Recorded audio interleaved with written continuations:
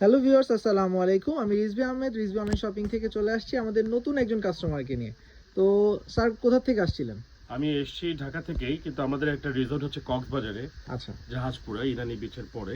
আচ্ছা তো বাচ্চাদের জন্য একটা চিলড্রেন্স জোন করেছি। আচ্ছা তো সেখানে আমরা অনলাইনে দেখতে পেলাম আপনার এই চমৎকার আয়োজন। আচ্ছা আচ্ছা আজকে আপনাদের এই শোরুমে এসে আরো অনেক ডিজাইন দেখে আমি মুগ্ধ হলাম। আচ্ছা তো আমি এটা পছন্দ করেছি পিঙ্ক কালারে, জি স্যার। এবং আমরা শিশু এবং বাচ্চাদের জন্য এটা খুব চমৎকার একটা আয়োজন হবে।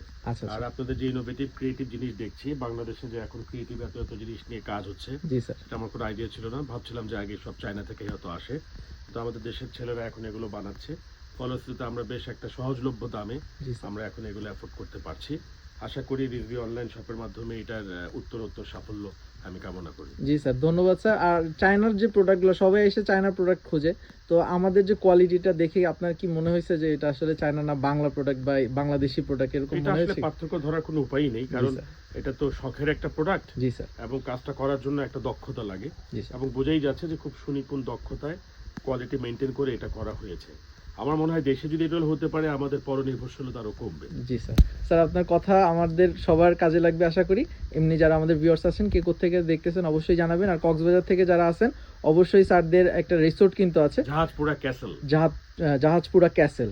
তো এটাতে অবশ্যই কিন্তু গেলে, যদি ঘুরতে যান, অবশ্যই আমাদের এই সুন্দর পিঙ্ক কালার টেডি বিয়ারটার সাথে আপনার বাচ্চা অথবা আপনার প্রিয়জনকে নিয়ে একটা ছবি তুলবেন। তো ভালো থাকবেন সবাই। এই পর্যন্তই ছিলাম আমি রিজভী আহমেদ। আসসালামু আলাইকুম। আসসালাম।